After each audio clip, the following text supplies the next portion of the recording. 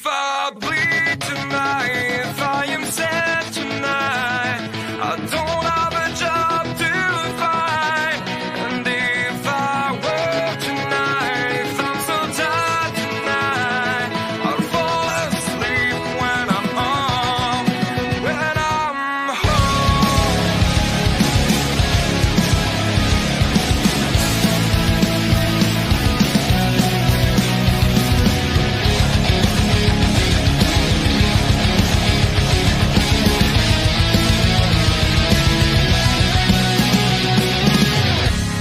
I was just so far from here, focused on my own way, with never looking back to this world of fear.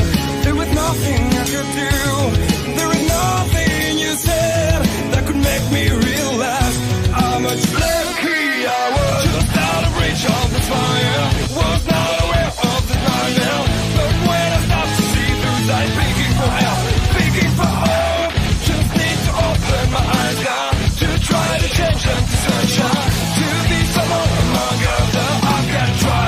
If I bleed tonight, if I am sad tonight, I don't have a job to find.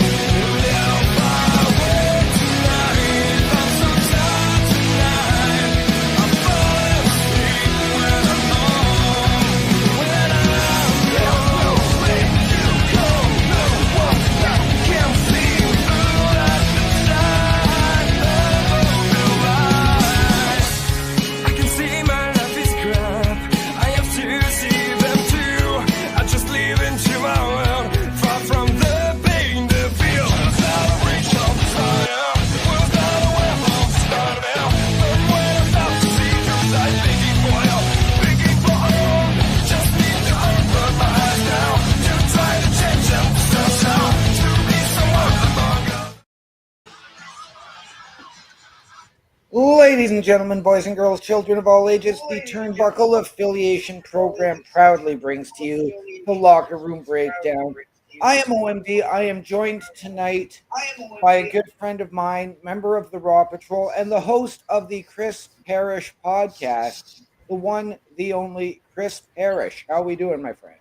I'm good. I forgot that my phone was on full volume. My bad. All good. It happens. But yeah, we're gonna have to get on Best because it's a Monday and a Friday show that he has to update videos on now. Huh? Yes. Yes. But yeah, no, doing well, and yeah, I'm glad that you were able to find someone. Yeah. Congratulations on your Saints win yesterday. Yeah, we're all about the Riz, man. Did you hear he flooded a toilet or clogged a toilet before the game too? And No. yeah, that's what he said. He said he clogged the head coach's toilet before the game, and yeah, he thought, oh, that's going to be a crappy way to start my first day as a head coach. Sure enough, Wow. yeah, it was the Dirty Birds that took the Yep. the wrong streak. But yeah, I did watch a couple of games yesterday because my Dolphins actually play at 8:00 tonight, the same time as Raw. But because I've given up on that season, I actually watched the Denver KC game. okay. And I don't know how KC pulls these miracles out, because KC should have at least 3 losses on their record right now. Politics, man, politics. But thank God that we aren't here talking politics. We're here to talk about Raw. Yes, yes, we are. Let's get right into it. We're going to start with the review aspect. Yeah. So we're going to start with the Women's Battle Royal to crown the #1 contender, with Io Sky winning. Yeah, a very different way for Raw to start last week was, I don't think a lot of people were expecting a Battle Royal, but something to be addressed about the next contender for Liv Morgan. And it was different because we've been seeing a lot of tournaments lately, whether it was for the tag titles or just, and like usually #1 contenderships just in general, we've been seeing a lot of tournaments. But so this was different. It was nice to kind of get a little bit of what's next for the women's title. We know that before that there was some like a kind of an in-ring segment with the tag champs Liv and Raquel that took place, kind of just to tease about what we're going to see tonight in regards to the tag titles. But that really came into play as both Raquel and Liv got involved, making sure that both Bianca and Jade did not come out with the win. We were left with Io and Lyra in the final, and Lyra gets taken out courtesy of a German suplex, thanks to Io Sky. Io Sky. Io Sky now. So Yeah. she is now the number one contender to Liv Morgan's championship. And you were saying before we went on, that match is rumored to take place at Saturday night's main event. Yes, Saturday, December 14th, from what I am hearing. I am okay with this finish. I knew that Damage Control were sort of floundering in the tag team ranks, and I think this is needed for Io, but Lyra did not look weak in that finish either, and it sort of puts her back on track to get her into the title picture instead of floundering around and just being used in backstage segments.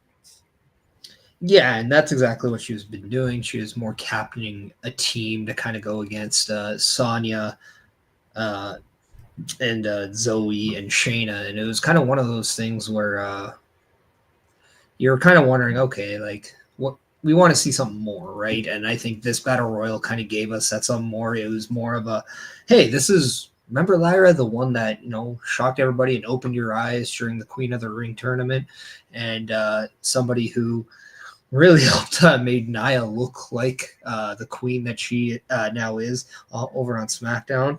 And so having her kind of go to the end with Io was, I think, a nice call. Kind of gave everyone a little hope in case like they were kind of like me, of like wondering why Damage Control's baby faces all of a sudden still. Like, I know it's been months, but I still want a backstory. Right. But in case they didn't necessarily have her in terms of Io as their favorite, Lyra is definitely somebody that I think a lot of people enjoy watching. It kind of brings now kind of multiple people that could be fighting for that number one contendership if by chance maybe somebody like Becky Lynch doesn't come back during this Rhea injury. Right. And I mean, now again, you can put to the fact that if Charlotte comes back, that now the line doesn't start with them.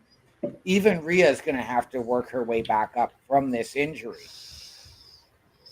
to get back to Liv and Raquel. Yeah, and that's kind of like the good thing, especially with the Royal Rumble being, a few months away. It's something where, that can easily catapult those people back into the picture. Whereas during the time now, November 11th to February 1, we got a lot of shows and a lot of stuff to get through. We got Saturday night's main event. We still have Survivor Series at the end of the month. So there's still a lot of time to get through. So who in that process is going to, take that spot? And I think Io for the time being, Lyra is another one. And maybe,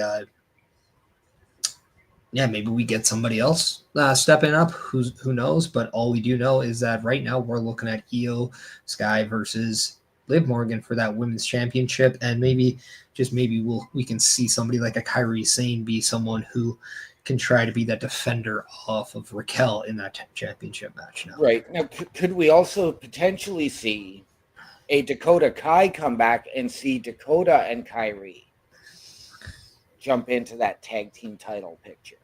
Yeah, I think anything's possible once Dakota is back, and now we have just another person, and it's the same thing with Asuka when she does eventually come back. That just adds a lot of options and does a lot of damage to the women's division when you have those numbers. And I wouldn't be shocked when those two do come back. We see Damage Control go back to that heel status with that number advantage, because it's really hard to have a four-woman babyface stable when there's not a lot of heels stables out there.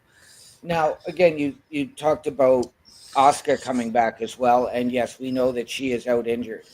Could we also potentially see, and I'm going to play devil's advocate here, Dakota turn on Damage Control to team with Raquel Rodriguez as a member of Judgment Day. We know they have history. And then you can keep Damage Control as baby faces, or do they need that mouthpiece because we know their English and mic work is not that good? Yeah, down the road again, anything really is open at this point. Because it has been a few years now that Damage Control has been a thing. In fact, Damage Control has been a thing since SummerSlam in Nashville when Bayley made her return and Io happened to re-sign with the company and Dakota made her return. That's how long Damage Control really have been established as a stable in WWE. So there could be an opportunity to, kind of slowly go away from that faction and see what everyone is capable away from the group as well. So yeah, I think anything's open. I don't think anything's a closed book because at the same time, down the road, you have no idea what your situations are. You have no idea if you are looking at an injured division, if you're looking at somebody we just need at this point. Again, you can never really expect an injury or, maybe somebody gets pregnant too and takes time off as well. Right. It's hard to plan for that stuff. So you just have to be ready and kind of equipped for anything at this point. And with the introduction and the announcement of the Women's U.S. Championship Friday on SmackDown, and we've heard Nick Aldis say women of SmackDown, but we've also heard it as it's open to every woman on the roster. You need those bodies to be able to fill in and take that spot. Yeah, which means that if that is the case and we are looking at just a women's U.S. title and we're not looking at a potential U.S. Intercontinental Championship, that means that champion's in the same boat as your women's tag team champions, and they could hover between Raw, SmackDown, and SmackDown. So it's going to be a very intriguing thing. I'm very much more curious to see kind of the developments of this title as well and what that means to the division, because I do think a lot of people are taken back by the announcement, whether it's not so much a negative way of, oh, there's this title and whatnot. I think the fact that there's a championship is open and greeted with open arms. I think it's just a matter of it came out of nowhere. It could have been done a little bit differently. You could have had a woman introduce the title. You could have done it in like an in-ring segment. You could have just done something a little bit different. And it kind of was just shot out there. So I want to see if there's going to be more done to this, if there is going to be just a little bit promoting of not just the championship, but the process of crowning its first champion. Right. Yeah. And in this case, I'm really hoping that it is not going to be a battle royal. I'm hoping that it's not going to be crowned at the Royal Rumble. I'm hoping that this is going to be potentially a tournament to go to one of your suggestions and have Evolution 2.0 in January. And that's where you crown your U.S. champion. Yeah, I had no idea. If I knew their ideas, I would definitely love to know because I'm that curious. I just kind of happen to kind of go off what I feel they're doing, and this is what I would do if I was in that scenario. Right. Plus, I mean, when you watch it for so long, you try to have an idea of like the guidelines of where they're going. But yeah, again, like who's to say? Because I know right now that division is so huge, and then you're only expecting call-ups from NXT in the new year. You're also expecting 4 to 5 returns from whether it's injuries or absences. I mean, Carmella, Alexa Bliss, Charlotte, Shotzi, you mentioned Asuka, right? Becky Lynch, just to name a few. And that's not even talking about the potential of Jordynne Grace signing with WWE once her TNA contract's expired. That's a rumor out there. And then you're looking at Cora Jade, Roxanne Perez. Are they going to make the jump up?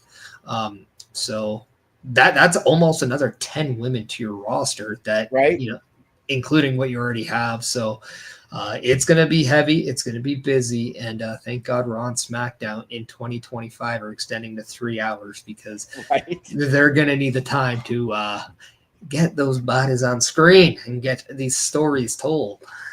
Yes, 100%. You're almost looking at a potential where they could go to 4 hours and it's not wasted. But then you're looking at doing every PLE over 2 nights. I would say the next step is just having your own female show a week. So And that would be fantastic. I would be great with that. yeah, you have the titles now. So why not? But yeah, I guess now we go to the next thing, and we go to the next thing. Yeah, and that was going to be we had a very heavy promo session between this, because we had a New Day promo where they kind of bickered about why they didn't win against the War Raiders, because there was involvement beyond their thing. Then there's a little bit of tension. Then you went to a video of the Wyatt Six capturing the Miz. And then we saw Goldberg announcing that he was granted his retirement match in 2025, which then ultimately went towards that New Day versus War Raiders match. Yes. Yes. So let's go with that. And it was the War Raiders defeating the New Day, which again really wasn't a surprise. We've just seen them return. Yep. They are the number one contenders. They are, exactly. And we know in that video package, in that interview, that Xavier blamed Kofi for dropping the ball, but in this case, it was Woods that took the loss. Yeah, it was actually Ivar pinning Xavier Woods in this one, and it just seems like the story of Xavier Woods wanting to, be the quarterback of this team. He wanted to be the one in charge, and then Kofi taking that step back and saying, "You want to be in charge? Okay, here you go. I am more than happy to, because I know that that's what family does. We share the opportunities." And then everything just hasn't gone the way Xavier Woods has liked. In fact, the only time he got an Intercontinental title shot is when Kofi Kingston suggested Xavier instead of himself, when the expectation was Kofi Kingston. So it just seems like Xavier Woods is right now living under the shadow that is the New Day, that is the individual success of not only Big E, but currently Kofi Kingston. And sooner or later, this is going to explode. We do know Adam Pearce has something going with the New Day's 10-year reunion. That's obviously our expectation of when we're going to see that explosion. But until then, I'm very much enjoying this kind of aspect of New Day. And I just really wonder when we're going to see Big E get involved in this tension, because I think that's exactly where this is brewing. Yes. Well, and we know that as we come up to the preview portion of the show in a few minutes, I can't remember. I believe it's next week we're supposed to see the 10-year celebration. I believe so, as well as I know nothing. So I was curious if they were going to do some today, and I was actually kind of hoping that it wasn't, because I mean, obviously, this least we forget. Want to wish everyone a happy Remembrance Day and Veterans Day for all the listeners out there. But I was really hoping they weren't going to put a New Day celebration on this episode of Raw. I just don't think that was in good taste. So I do think it is next week. I think you are correct when you say that. And I hope maybe we just get something to plan for that, because 10 years being in a faction, I mean, that's a big thing, especially with the impact they've made in not just wrestling, but I mean, outside of wrestling too. I mean, was it Call of Duty or Modern Warfare, like their characters in that game? Gears of War. Gears of War, thank you. Not my genre of video games. Right. But yeah, I mean, that's a pretty big thing. And then obviously the representation at Comic-Cons doesn't go unnoticed. How impactful they are to the African American culture of fans and just wrestling, especially. We all know Kofi with his background and what it meant when he won the World Heavyweight or the WWE titles, my pardon. And then the same with Big E. And then you look at the power of the Up Down channel with Xavier Woods. I mean, their impact in professional wrestling and outside of it has been very large, and it was very positive, because again, for the longest point, they were expected to be Nation of Domination 2.0, and then they became like a church choir group, and then they've slowly became their own thing. They got their own cereal made, and they were probably they were at one of the most, they were a part of one of the biggest returns in WrestleMania history when the Hardy Boys came out. They were the host of that year's WrestleMania. So it's hard to imagine the WWE without the New Day, but I do think it's time to move on. Yes. Again, I'm going to play devil's advocate because we've heard the rumors of a potential draft before Netflix. Mm-hmm. And, I mean, we are anticipating a major announcement tonight. Could they announce that they're going to just hit us with a draft next week and do what they did with the Dudleys all those years ago and just split them up that way? Well, they also did that with the New Day. At one point when they drafted Big E onto SmackDown, I believe, and Xavier and Kofi went to Raw. Yes. I believe, or maybe it was the opposite, because I do think Big E won the title on Raw, so I do think it was the opposite. Right. But yeah, it doesn't go without noticing that if there was a draft, this is an easy way out. I still think that they are going to do the split prior, and then you have a match. Maybe it's at Survivor Series. War Games would be a very, very good match, or a PLE, sorry, for Xavier Woods versus Kofi Kingston. And yeah, then if you do a draft post that PLE, that's a very good way of splitting it up, keeping that fresh, but also allowing them to do something on their own. Right. Okay. Then we get the Sami Zayn promo with Jey Uso, talking about what happened at Crown Jewel. Yeah. And this was kind of that beginning to, okay, are we going to see Sami Zayn back in the fold? Because we heavily expected the old bloodline versus the new bloodline at War Games. This is something that the fans have been speculating and wanting for the better part of the year since WrestleMania 40. And then now that we've seen kind of Jay kind of back in that fold, we saw the return of Roman, we saw the return of Jimmy. Now that we've seen Jay there, the only other in-ring performing piece that needs to be done is bringing back Sami Zayn. And that was your original 4-person bloodline. I say that because obviously Roman and the Usos were your original 3-person. This was your original 4-person. And then the original 5-person was obviously with Solo. And then we got a little bit of hesitation because it looked like Sami was ready to be on the team. Like he was ready to do so after Solo was caught talking to Sami the week prior. So, yeah, but then it was Jimmy who said he ain't family after Jay said that he was wrong. So, call him Sami Uso.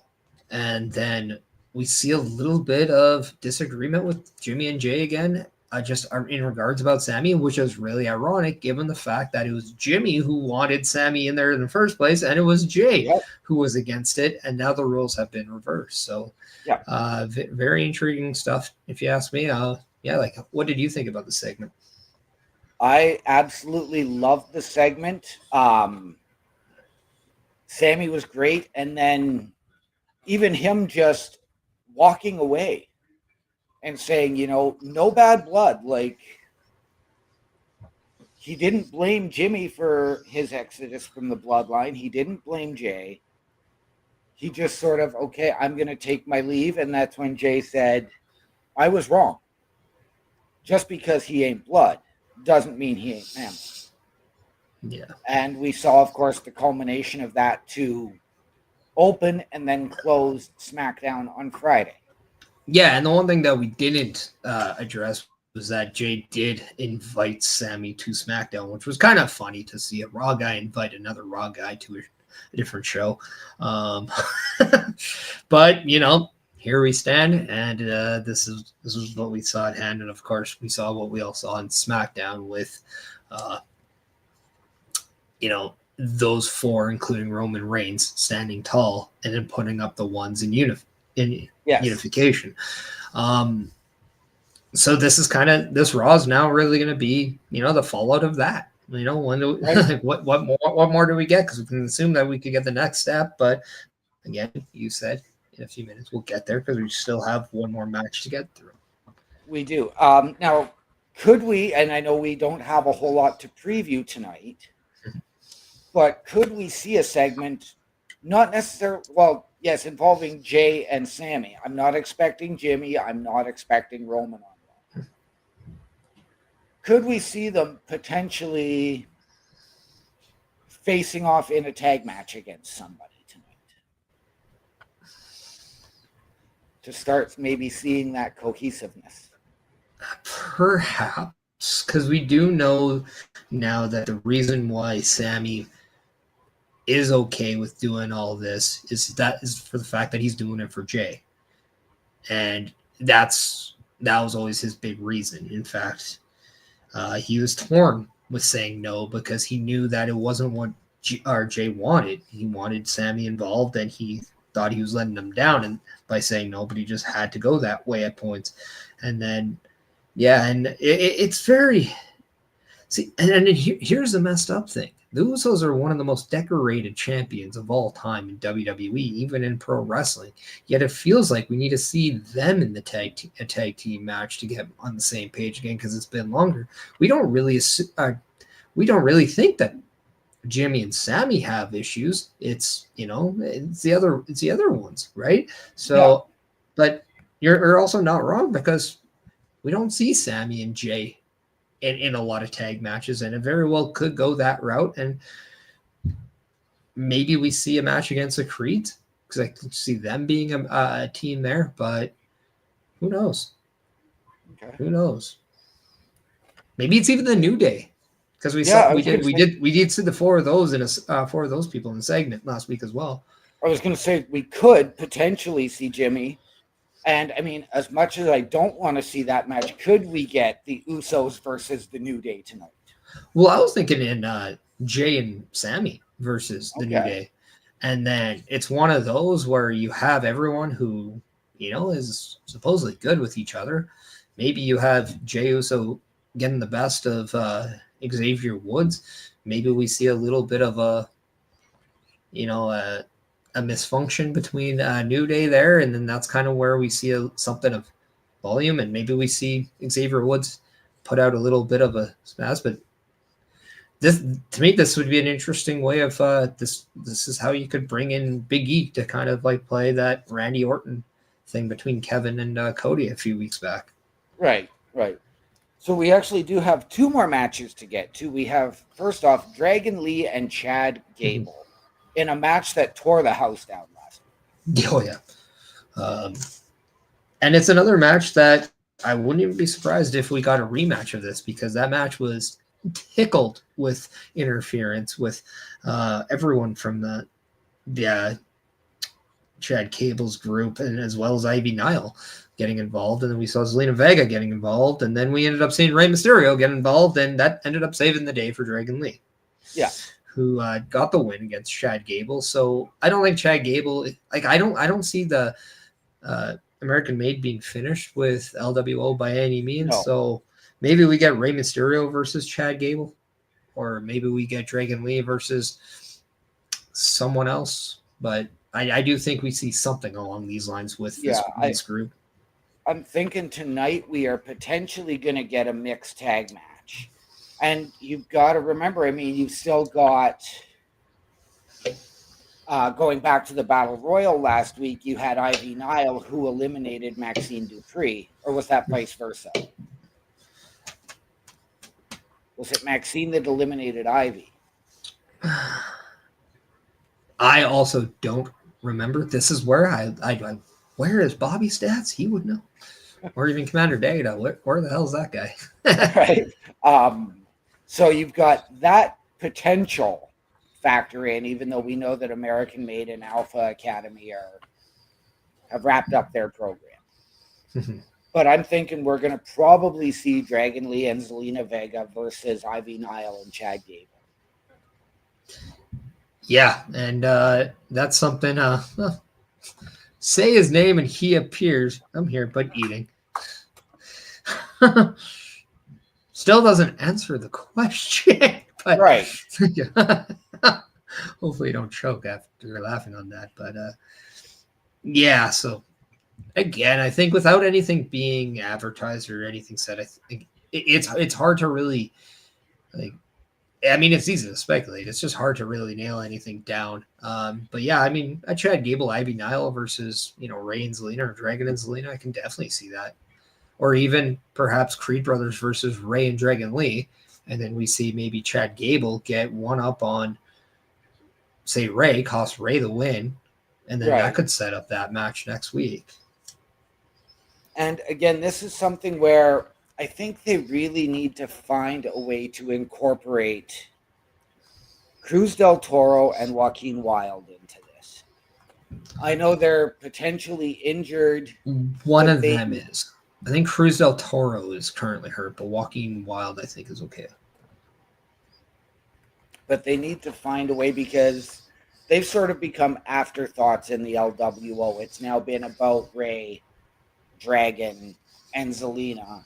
And Zelina seems to be more distracted by the flag that she carries to the ring and her flipper. Yeah. Her flip-flop.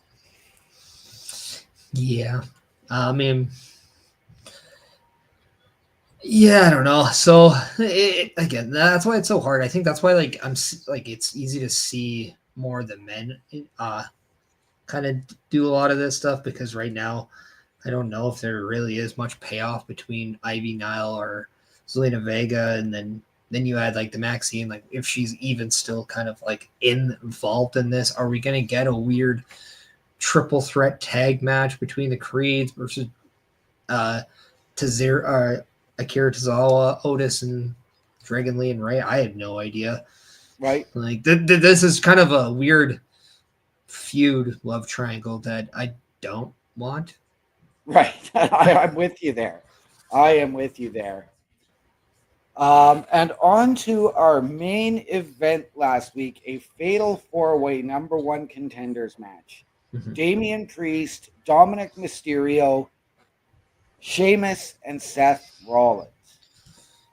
Yeah. And I still have to ask, how did Sheamus wind up in that match? I think Sheamus got himself in there for winning the Donnybrook match against Pete Dunne. And that kind of gave him the opportunity. The person at fault, or the person I want to know who's in this match, is the guy who eventually won the match in Damian Priest, because he lost to Dominic Mysterio last week. And I think that really should have, as much as that was the reason why Dom got this match, it should have been the same of why Damian lost it, to be quite honest. Right. And then, ironically enough, you had Dominic eat the pin from Damian Priest's South of Heaven to kind of nullify what we saw the week before. But then doesn't that just take out some steam of Dom? And it's, I just don't understand kind of what their process was there. What was their end game? Or if it was just a matter of getting Damian Priest that rematch with Gunther. But I don't know. There's a little bit more that I wish. Like, why couldn't Sheamus have taken the pin? Why couldn't Seth Rollins have taken the pin?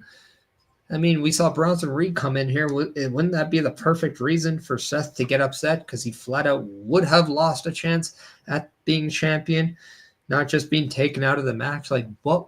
At that point, why does him not being pinned come into play here? Yeah. No, and I mean, we saw it, like, yes, we had that interference from Bronson Reed running over Sheamus, who he has feuded with earlier this year. We've got this ongoing feud with Seth Rollins. We saw him lay waste to Damian Priest, all while Dom was on the outside and no motion towards Dom, even when Dom went up to the top rope. Yeah. I know you're an advocate for getting Bronson Reed into the Judgment Day. But I think instead I'm not an advocate. I just like the idea of them actually having a leader, because I don't think Finn is much of a leader right now. I think in that situation, I think Dom should have just dove back in the ring and pinned instead of trying to go up to the top rope to hit the frog splash on Sheamus. Yeah, and I think that's something to have taken account of just Dominic Mysterio and his progression. Now, we always say that he's light years ahead of where we expected him to be, but he's still unproven when it comes to that level. Like, he is very unproven in that main event level, and maybe the reason why he is not a number one contender or a champion, like the champion right now, is because he does make those small mistakes that prevent him. So just like you said, the fact that you don't need to hit the one more move, you could have just pinned and maybe have gotten a better fate, just shows you still the inexperience of Dominic Mysterio in these forms. So I like it for that reason, but that's also me saying it, and not the announcers or the people on the show. So it's really hard to think that way. I am on record on this show stating, and I stated this last week, Dom wins Money in the Bank 2025.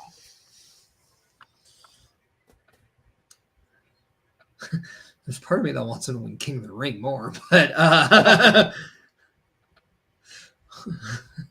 would be good with that.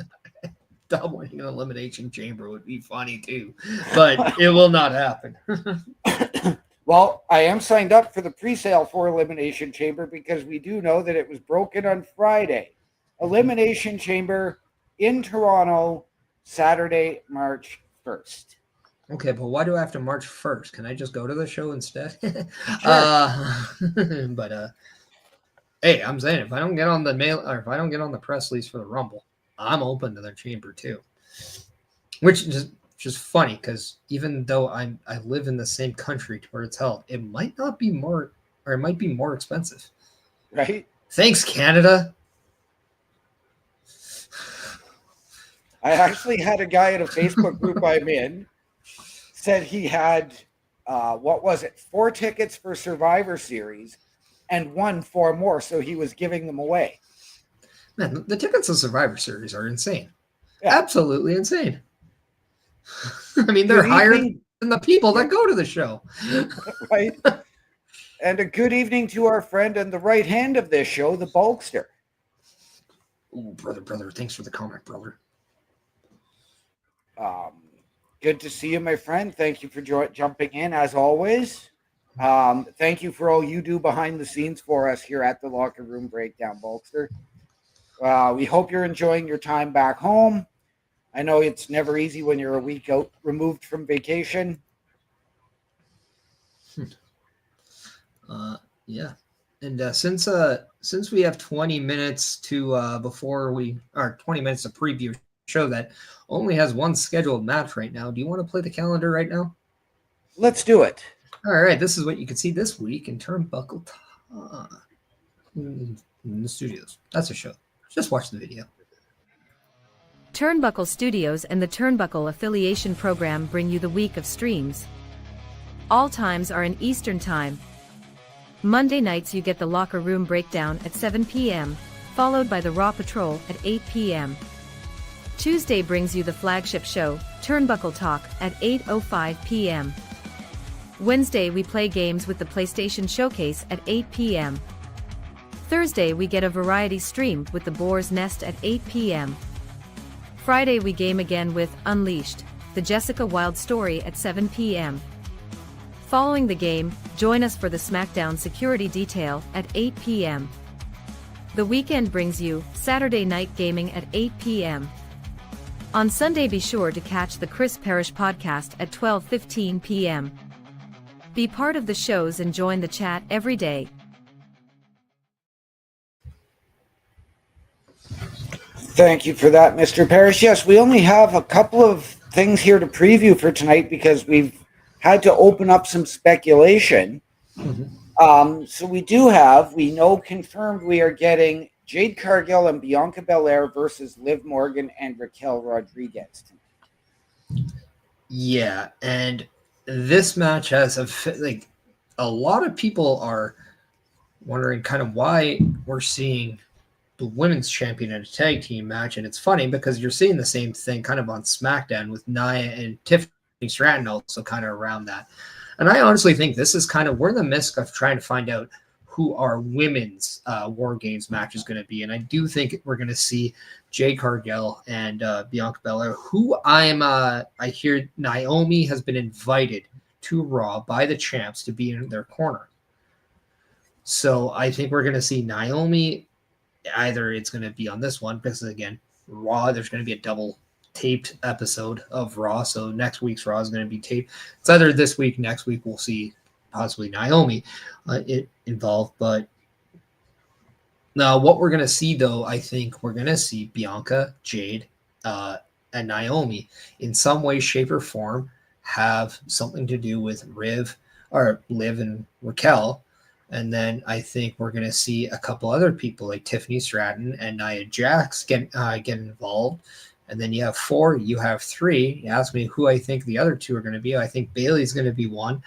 And then I really think we're going to see maybe even Io kind of be there with kind of somebody else on the heel side. And I just think we're going to start putting the pieces to getting our 5 versus 5 female War Games match. See, I'm with you on the Io part. I don't see Bayley fitting in. I see it being Bianca and Jade with Naomi versus and Damage Control going into Survivor Series. Yeah, and the reason why I say Bayley is just because of her friendship, obviously, with Naomi, and then she has been involved over the championship year. She, has done a lot with Bianca over the year. There's that mutual respect. Eventually, there's that trust, and I think that's kind of why. And I think Bayley's just a name that you have War Games. But yeah, I mean, who knows? All I do think is that we're going to see eventually that kind of progression and getting to that announcement of who's going to be your War Games match, whether it's 4-on-4 or 5-on-5. I do think it's going to be 5-on-5, just a reason to get more women on the card, I think. Right. And I'm thinking, because we have seen it, but we haven't seen her in a couple of weeks on SmackDown, we're starting to see that Naomi progressing more towards a heel side. So I could see that heel turn coming from Naomi and not this split between Bianca and Jade. Not yet. No, not yet. And the person who I would have also being, or I could have getting onto that babyface side too, would be a Becky Lynch return. Right. For just one, it adds to the name value.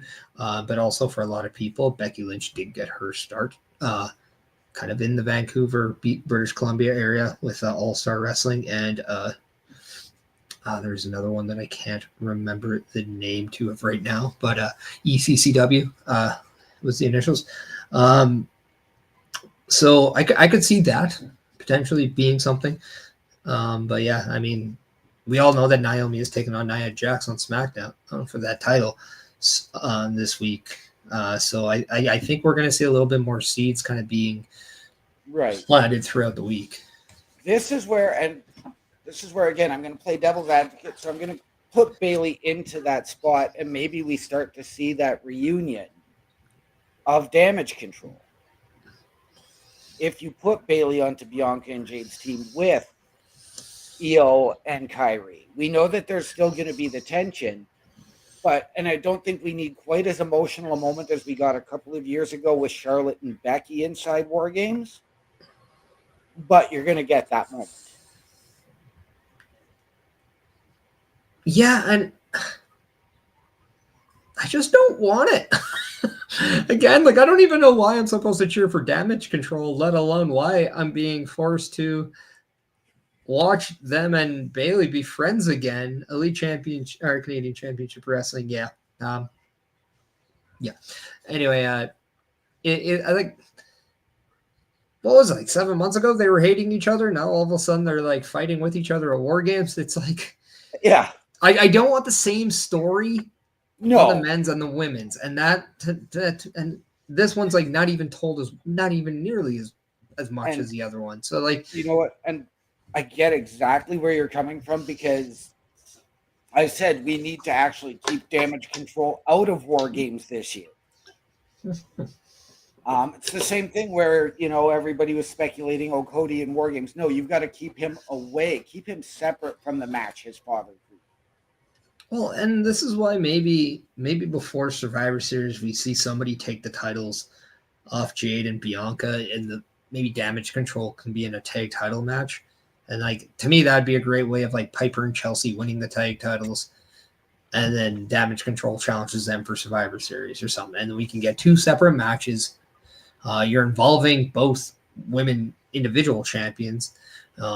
So you're okay on that end. And then I have no idea what you're planning with that women's US title. So that's why I'm not speaking anything specific yet about it. Right. So yeah. And then you got all your bases covered at that point. So I don't know. I wouldn't be against that one. Okay. Now we're also going to see a face-off between Gunther and Damian Priest. Yes. And I think that one's definitely going to be something to tout from their last match at SummerSlam, where Gunther got that championship opportunity by becoming the king of the ring, defeating Damian Priest with the help of Finn Balor. Yep. Let's not add. So I think it's one of those things where, now Gunther needs to rebound after his loss to Cody Rhodes at Crown Jewel. He did tell Ludwig Kaiser last week that they both have to be better, and this is why maybe he's going to opt out of having Kaiser at ringside for this match. Maybe that's something we see because he wants to prove that, he is the champion of champions despite the result of Crown Jewel. And this could be his way of telling Damian Priest, look, I'm a different man than I was then, just like you're a different man than you were then. So let's do this one-on-one, man-to-man. Yeah, but this is a face-off. This isn't even a match tonight. No, I know. This is just going to be them on the mic. And we know that Gunther is not one for really trying to instigate and get into fisticuffs during these. He's the one that tries to play the mind game. Yeah, no, I'm well aware the match is not going to be tonight, but it's that like I know that they're whatever they have to say with each other, they're going to talk about the last time they were in the ring to the next time, and they're gonna try to do whatever it takes to get you invested in their story, leading up to their eventual title match. So that's something I can see being parts of their story, with Gunther being upset with his loss. Maybe Damian Priest says, I would have beat Cody Rhodes if I was the champion. Like, taking that shot, making some jokes. But you're telling me that the last 2 men to hold the World Heavyweight Championship, who have definitely have unfinished business with each other, whether it's Damian Priest wanting his rematch, whether it's Gunther showing Damian Priest that he can beat him without any help, including Finn Balor's or Ludwig Kaiser's, I think that there's a chip on his shoulder too, especially with that loss against Cody Rhodes. So that's what I think. Their egos are definitely going to go tonight, and I'm 100% wanting to see what happens. Absolutely. Mr. Best saying he assumes that tonight we will find out when Gunther and Damian fight. That's what I'm assuming too, though I have heard it will be Saturday night's main event. Yeah. Another thing that I could definitely see being a thing tonight is maybe we see Gunther and Damian, and I'd be okay with this, in the main event, taking on JD McDonough and Finn Balor, not for the titles, but in a match there, and that'd be a great way of maybe having Damian Priest pin Finn Balor or JD McDonough, whoever, getting that W. They can stand off kind of to end Raw, and you can also have the War Raiders get involved and kind of helping those two in that. When guys like Dominic Mysterio and Carlito get involved, the War Raiders can be that, and they could, take care of Judgment Day to kind of also foreshadow their upcoming tag team title match. Right. I think that's a great way of blending everything together. Right. Yeah. And I like it. I like it. It might be for me a little bit of oversaturation in that, but I get where you're coming from. And lastly, Big Bronson Reed to appear. Yep. And after everything we've seen in the last few weeks, including the match at Crown Jewel against Seth Rollins. Yeah, I really hope that this is a continuation of their match at Crown Jewel and the lead up there, because I'd like to see a rematch. I want to see Bronson Reed get that win on Seth Rollins and then eventually have a rubber match. I think this is the perfect time for them to have a 3-match feud, which ends maybe at the Rumble. Like maybe that's the match to open up the Rumble. Then you can do the Women's Rumble, have the Men's Rumble later in the show, and they can be in the Rumble and they can go their own ways after that. So I think this is good. I think it's a great way to keep Seth Rollins away from the title. And I think it's a great way to kind of showcase Bronson Reed in this more of an upper level status. So I'm really excited to see this. I want to see the progression of Bronson Reed. So I want to see not only what he does next, but I also want to see kind of Seth Rollins kind of come out next too, because he's going to be pissed off from what happened last week. Right. And again, I'm going to play devil's advocate here, and I like where you're going with this 3-match feud. I think that it's something you could do. Match number 2 potentially at Survivor Series. Match number 3 for the number 1 contendership at Saturday night's main event. Bronson Reed going over, but you see that double turn. So you see a heel Seth, and then Bronson Reed start to hit sort of that Damian Priest type of phase where he was in between for a while, leading to a slow face turn. Okay. I'm gonna see what you have. I'm gonna try to one up you for a bit. As Chris Best is saying, stop playing devil's advocate. You got to show the host. LOL. Also, I'm gonna say I'm not a big fan of people with the initials DA right now. Remember who the Saints just fired. But I'll one up that. And I'll have that rubber match be a match where it's nothing but tit for tat the entire way. And then all of a sudden, maybe Bronson Reed does get that 1, 2, 3. And instead of Seth Rollins turning, that's where you have your respect shown after the match, confirming that Bronson Reed has earned the respect of Seth Rollins. Same thing, mutual respect at the end. Very similar to what we saw with Gunther and Cody Rhodes, but it's more of a statement done. And then all of a sudden, we'll have that number 1 contendership match. And then now Bronson Reed is your number 1 contender, and you can go on to the Royal Rumble in the championship match against Gunther. And that could be your world heavyweight title match at the Royal Rumble. Bronson Reed versus Gunther. I like it. With that being said, Mr. Parrish and I, we do have to get ready to head over to the Raw Patrol on Turnbuckle Studios as part of the Turnbuckle affiliation program. That is the head. So, Mr. Parrish, if I can find them here.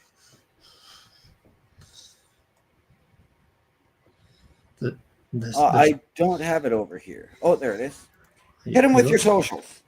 Yeah. You can just catch me at my link tree at linktr.ee/Chris Parrish, which showcases all of my socials. You want to definitely look a lot more towards the YouTube, the Twitch, the Facebook, the X, and the Instagram Live. Why? Because those are the 5 platforms where you can watch every Sunday at 12:50 p.m. Eastern, the Chris Parrish podcast, where we will be hosting episode 51 this Sunday. And maybe, just maybe, we'll be talking perhaps a Women's Intercontinental Championship title, or a little bit more development of that WWE Women's United States title, plus a lot more. So make sure you're checking that out. And if by chance you want to have something to drink in the process, make sure you go to rogueenergy.com and use the code word PARISH, PERISH, at checkout to receive 10% off. Since he's not here tonight due to technical difficulties, I'm going to shout out Bubba Duke. You can catch him on the YouTube at Bubba OMD and on Twitch at Boar's Nest with Bubba Duke. As for me, you can get me at my link tree, linktr.ee/OMD show. With that being said, from all of us here at the Locker Room Breakdown and the Turnbuckle Affiliation Program, to those of you out there, wherever you are, good night, good luck, we out. Leave the